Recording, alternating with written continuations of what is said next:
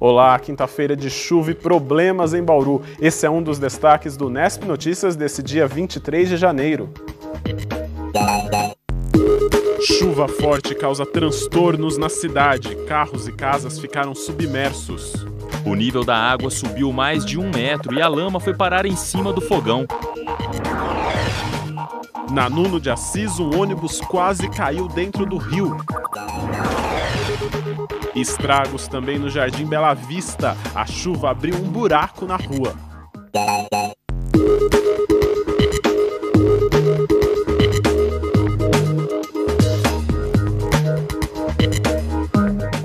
A manhã de quinta-feira foi caótica em Bauru. Uma forte chuva logo cedo paralisou a cidade. Nossa equipe circulou por diversos bairros e encontrou situações dramáticas.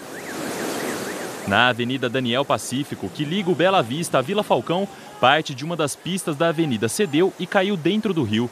A avenida teve que ser interditada pelo Corpo de Bombeiros. Desespero dos moradores da favela São Manuel, que fica às margens do córrego. Sorvei enxurrada, estourando barraco, as criançadas gritando, por maior desespero.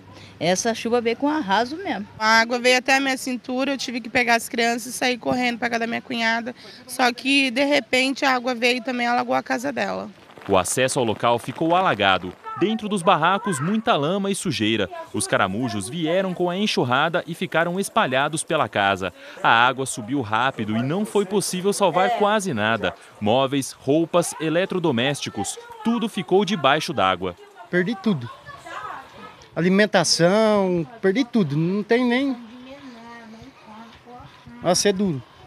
Neste outro barraco, a lama estragou tudo o que havia na geladeira.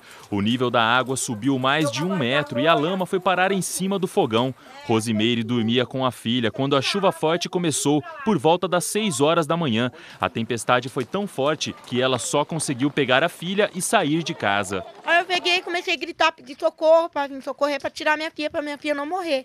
Aí eu catei, ela grudou no meu cabelo, nós saí puxando ela assim, pedindo, gritando, minhas duas irmãs que estavam dormindo. Aí ela acordou, quando eu fui ver a água, já estava empurrando aqui dentro de casa. Nestas imagens feitas por celular, por volta das 7 horas da manhã, o rio Bauru quase transbordou. Carros ficaram submersos e a água entrou nas lojas. Mais tarde, perto das 9 horas, o trânsito ainda estava complicado na Avenida Nuno de Assis. Uma das pistas ficou congestionada porque um ônibus quase caiu dentro do rio. Os passageiros tiveram que ser resgatados pelo Corpo de Bombeiros. O volume da água do rio Bauru ainda era alto. Esta mulher subiu no banco do ponto de ônibus para se abrigar da chuva. No Bela Vista, mais estragos. Na rua Alto Juruá, a enxurrada abriu um buraco e engoliu uma caçamba. Um dos caminhões interditou a rua para segurar o trânsito, enquanto o outro fazia a retirada. O local fica em uma baixada e a água desce com força. Vem água das 3 ruas, caem aqui, inunda de um lado ou outro da rua. Se tiver carro, leva. Já fez buraco na minha calçada também. Ainda no Bela Vista, na rua Princesa Isabel, uma árvore caiu com a força do vento e danificou a rede elétrica. Os moradores ficaram sem energia a manhã toda. Um susto logo nas primeiras horas do dia. Começou a chover às 6 horas da manhã e a partir das 6h30 foi ouvido um estalo pelo vigilante. Quando ele olhou, a árvore estava caída aí na rua. Sorte não ter caído pro lado da casa, então. Graças a Deus não caiu pro lado da unidade, né? Caiu pro lado da rua e não tinha carro passando na hora. Uma equipe da Secretaria de Meio Ambiente teve que cortá-la em pedaços para liberar o trânsito. E a chuva realmente causou muitos estragos. Vamos ver agora mais algumas imagens de hoje. Na Pousada da Esperança, uma casa desabou. Móveis e eletrodomésticos ficaram espalhados na rua e cheios de lama. Já na rua Inconfidência, esquina com a Nuno de Assis, que agora você vê aí, a motorista desse carro, um Honda Civic, teve que ser resgatada. O carro ficou completamente destruído. Já neste vídeo é possível perceber a força da água do rio Bauru por volta das 7 horas da manhã. Olha o carro aqui, ó, virado, contramão. O trânsito também ficou bem complicado. Repetição de cenas que a gente já viu outras vezes em Bauru, né? 8 ônibus ficaram ilhados e no total 20 tiveram problemas mecânicos. Carros reservas foram usados. O DAI também teve bastante trabalho hoje. Na Rua Bandeirantes, uma rede de água rompeu. Já entre as quadras 3 e 14 das Nações Unidas, 8 tampas de postos de visita, aquelas tampas redondas que ficam no meio das ruas, foram arrancadas por conta da força da água. E de acordo com nota divulgada pela Prefeitura, providências estão sendo tomadas para acabar com os problemas de enchente na cidade. Um projeto executivo de drenagem já foi contratado e será executado ao longo da Avenida Nações Unidas. Também estão em estudo a construção de 5 novas barragens para a contenção da água da chuva, sendo 2 no córrego da Grama, 2 no córrego da Ressaca e 1 no córrego da Forquilha. Também existem projetos para os córregos Água do Sobrado e Barreirinho. Hoje foram registrados 24,1 milímetros de chuva. Esse volume representa 10% da chuva prevista para todo o mês de janeiro, 10% da chuva em apenas um dia. Além disso, várias descargas elétricas foram registradas em Bauru. Segundo o IPMET, a tempestade de hoje foi causada pela presença de uma grande massa de ar quente e úmida. Essa condição é comum no período do verão, mas normalmente a chuva forte vem à tarde, no período mais quente do dia. Apesar disso, não estão descartadas novas pancadas para os próximos dias, inclusive pela manhã. Céu parcialmente nublado em grande parte do estado de São Paulo, chuvas isoladas na região central. Em Bauru, a umidade do ar está em 61%. A velocidade dos ventos é de 7 km por hora. A temperatura mais alta hoje foi de 28 graus. A máxima amanhã deve alcançar 33 graus em Bauru e Piratininga. Já em Agudos, a máxima será de 32 graus. A gente faz agora um intervalo, na sequência uma entrevista com o general Ademar da Costa Machado Silva. Ele fala sobre comunicação no Exército. E ainda hoje, você vai saber como foi o curso de férias do Jardim Botânico. As crianças aprenderam a fotografar. Voltamos já já.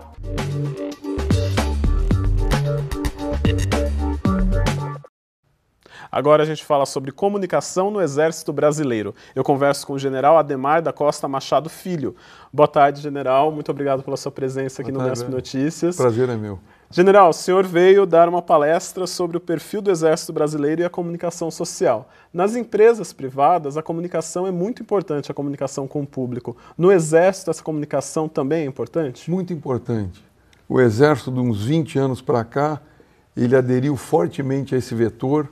Ele é fundamental para, inclusive, divulgação da imagem da instituição. E hoje nós temos uma estrutura chamada Centro de Comunicação Social, que eu considero bastante moderna e adequada. O problema maior é despertar na sociedade brasileira o interesse pelos temas de defesa. Mesmo que a nossa comunicação social faça um esforço muito acentuado para se valer desse vetor, eu acho que a sociedade brasileira como um todo, ela ainda é pouco ligada a esse tema.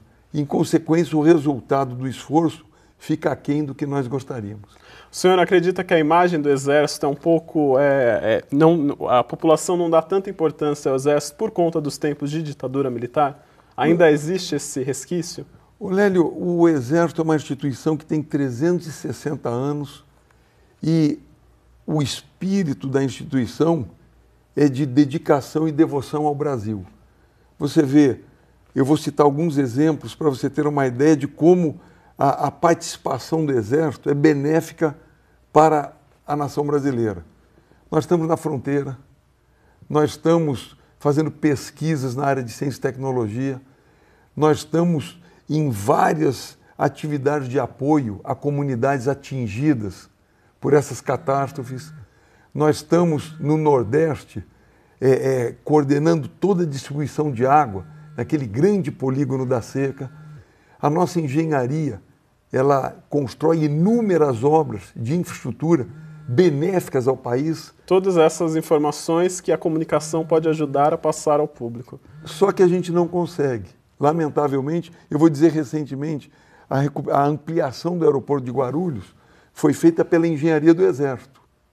A obra foi terminada com 4 meses de antecedência, a um custo de 148 milhões abaixo do que estava previsto. E pouca gente conhece isso. General, rapidamente, a sua palestra é hoje às 7 horas da noite na Sala 1 do campus da Unesp.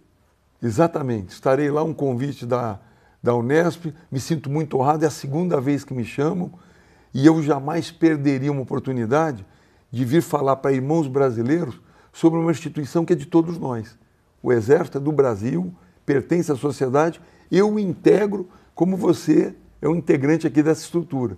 Mas nós temos o mesmo objetivo. General Ademar da Costa Machado Filho, muito obrigado pela sua participação aqui no Unesp Notícias. Muito obrigado a você. Estamos às ordens. Para atender a demanda atual de consumo de soja, são necessárias mudanças no plantio da cultura. Em 2013, a gente mostrou que produtores já testam novas maneiras e pesquisadores da Unesp também estudam como produzir mais e sem agredir o meio ambiente. Isso, era só um sentido. O produtor de soja, Nico Sanches, mostra com orgulho a lavoura em Pratânia, a 80 quilômetros de Bauru. Ele planta em áreas arrendadas de cana-de-açúcar e não conseguia aumentar a produtividade. O solo com cana, ele se deteriora muito rapidamente, porque é muitos anos de cana em cima e tal. E também é devido à carga de herbicidas, inseticidas que eles jogam em cima do solo, né? Então fica intoxicado. Aí a soja não se desempenha um resultado que a gente consiga guardar algum dinheiro aí. Então eu resolvi passar por esse cruzado aí para ver se a gente aumenta, no mínimo 30% a produtividade na mesma área, né? Para isso, a ideia foi plantar mais nos mesmos 350 hectares. A saída foi diminuir a distância entre as plantas. Antes, na lavoura do seu Nico, o espaço entre os vegetais era de 45 a 50 centímetros em um sentido só. Com essa distribuição, o rendimento é de 40 sacos de soja por hectare. Agora, o seu Nico diminuiu a distância para 40 centímetros em 2 sentidos, o chamado 40 cruzado. O objetivo é produzir até 60 sacos por hectare. Depois de 20 anos lidando com a soja, essa é a primeira vez que ele faz mudanças no plantio. Eu já percebi que a lavoura está se desenvolvendo normal ou até melhor do que antes, né? E eu acredito que nós vamos ter sucesso nessa nova modalidade aí. O aumento da produtividade da soja é tema de pesquisa de alunos e professores da Unesp em Botucatu. O objetivo é produzir mais no mesmo espaço, só que sem agredir o meio ambiente. Um grupo de pesquisadores da Faculdade de Ciências Agronômicas testa novas técnicas do plantio de soja, como aquela que seu Nico já faz lá em Pratânia. A gente tem uma necessidade de aumentar a produção de alimentos. Isso é uma realidade mundial, não estamos falando só em nível de Brasil, mas também numa proporção mundial. Para isso, a gente precisa, então, aumentar a capacidade ou a utilização do solo. A gente precisa produzir mais alimentos. E uma das alternativas é você aumentar o número de plantas por unidade de área e com isso você vai ter indicativo de uma maior produtividade. E daí você vai estar usando a mesma área, mas com uma produção maior. E daí você vai conseguir atender essa demanda de alimentos. O grupo testa 4 padrões de utilização do solo. Um deles é o 40 cruzado, igual ao do seu Nico do início desta reportagem. E o outro é o modo antigo, de 40 centímetros em um único sentido. Tem também o plantio com bem menos espaço entre as plantas, que é o de 20 centímetros a cada linha. Como as plantas ficam muito próximas, aumenta a incidência de pragas. O último é o 20 por 40, também no mesmo sentido. Este é o padrão que tem trazido melhores resultados. Aqui na Fazenda Experimental da Unesp, o 20 por 40 apresentou diminuição no número de insetos e melhora no desenvolvimento das plantas. Essas técnicas da pesquisa já são usadas pelos produtores. O seu Nico, por exemplo, usa o 40 cruzado, só que sem orientação dos pesquisadores. A ideia é avaliar com rigor científico o impacto dessas mudanças no meio ambiente. Para isso, a gente tem então uma equipe multidisciplinar, vários professores estão envolvidos nessa ideia, nesse projeto, para avaliar não só uma área. Por exemplo, a gente tem o foco de avaliar a fitossanidade, que é a ocorrência de insetos, pragas e inimigos naturais na cultura, nesses diferentes arranjos. Mas nós temos também parceiros, o professor Paulo Arbex, que vai avaliar a parte de mecanização agrícola, porque é um dos gargalos que a gente tem. A gente tem o professor Raitano, que vai contribuir com a parte de analisar a tecnologia de aplicação, porque conforme essa planta ela vai ter um adensamento maior, a tecnologia de aplicação ela precisa se ajustar. A gente tem outro professor que vai avaliar só a parte de ecofisiologia, porque se a gente está mudando o sistema de plantio, essas plantas também vão responder de forma diferenciada. Então a gente precisa quantificar isso, quanto de insolação, como que ela vai responder em relação à produção de energia por meio da fotossíntese. Então tem uma equipe multidisciplinar avaliando para a gente ter dados conclusivos ao final da safra. A gente vai ter intenção de repetir esses ensaios nos próximos anos para validar os dados, mas é um projeto bastante complexo, mas que a gente está conseguindo cobrir diversas áreas. A ocorrência de insetos é uma das principais preocupações do projeto, já que a ideia também é diminuir a carga de agrotóxicos nas lavouras. A importância é ver se com esses novos arranjos, se eles vão influenciar, né, a flutuação da população desses insetos. Se com esses novos plantios, né, esses novos arranjos de plantio, se eles vão aumentar, se eles vão diminuir a população de pragas, como isso vai influenciar diretamente e indiretamente. São os alunos da Unesp que cuidam de tudo, só que com a professora sempre ali. A gente tem que fazer a dança do percevejo. Eles acompanham o desenvolvimento das plantas e colhem os dados. Vão para o campo, sujam as mãos e as roupas, mas não importa, não é mesmo? Se não pôr a mão na massa não sai, né? É muito bom, porque a gente acaba aprendendo coisa que a gente não vê na teoria. Dificuldade que o produtor tem, dificuldade de plantar, dificuldade de estar junto, né? Controlar praga e tudo mais, doença e tudo mais. Achei muito bom, muito importante isso. A gente faz mais um intervalo e na sequência o assunto é o curso de férias do Jardim Botânico. Voltamos já já.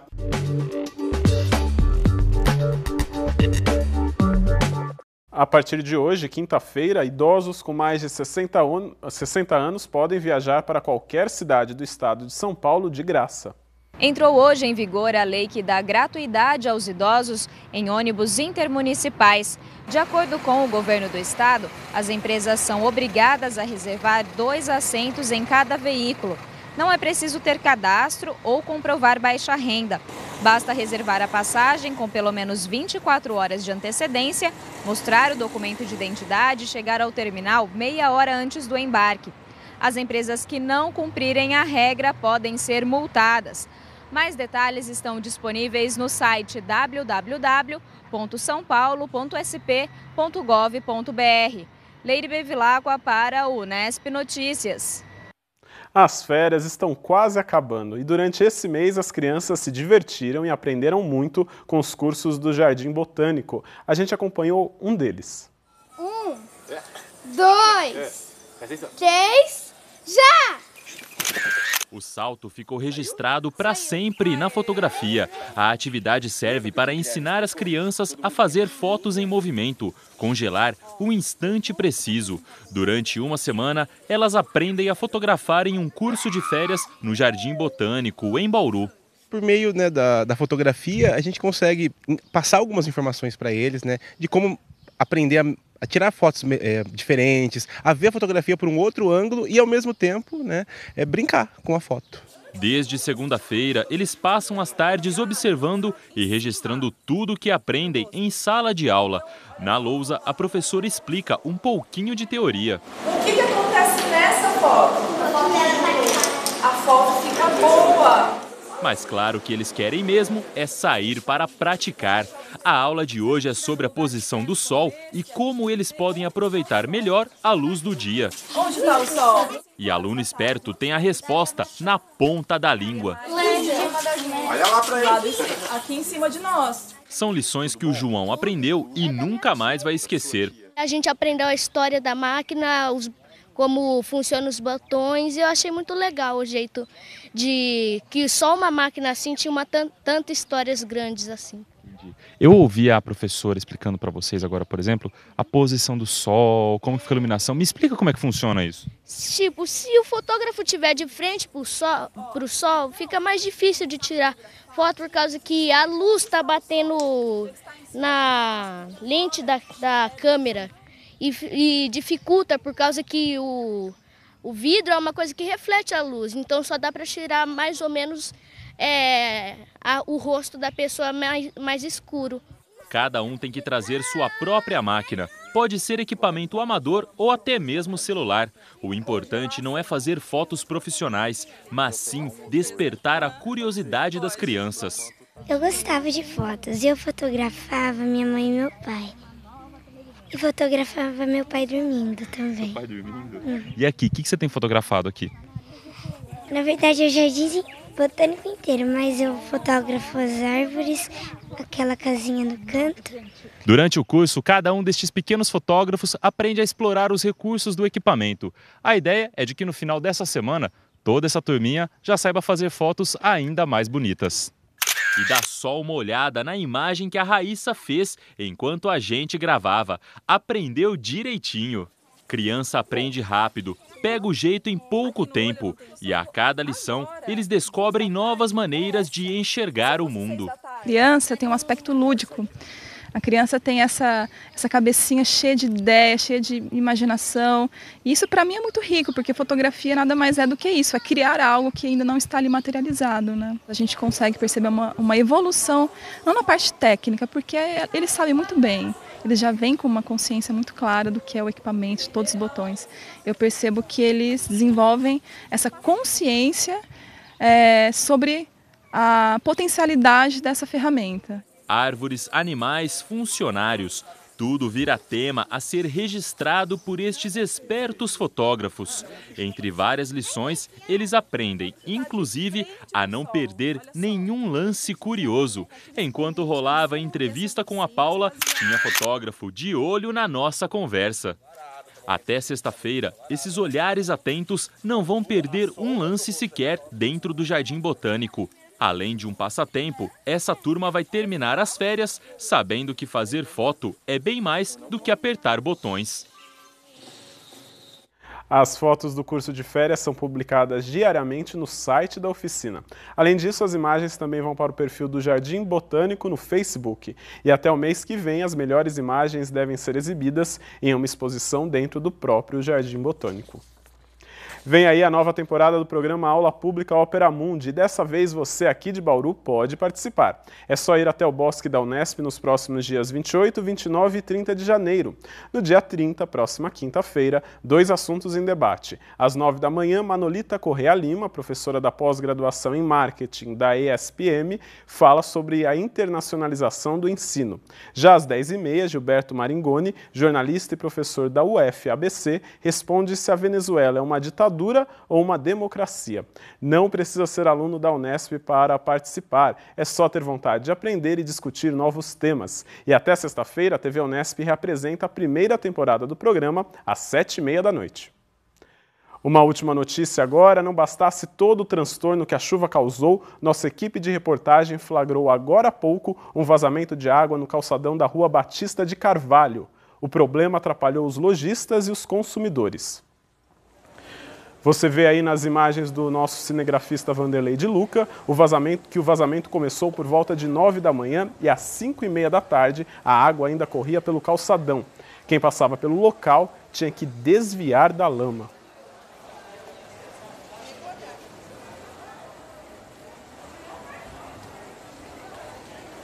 Vazamentos de água a gente tem mostrado diariamente, várias vezes aqui no Unesp Notícias, né? O Unesp Notícias termina agora. Para rever as reportagens desta edição, acesse nosso site. Amanhã às 5h30 da tarde a gente volta ao vivo. Tchau!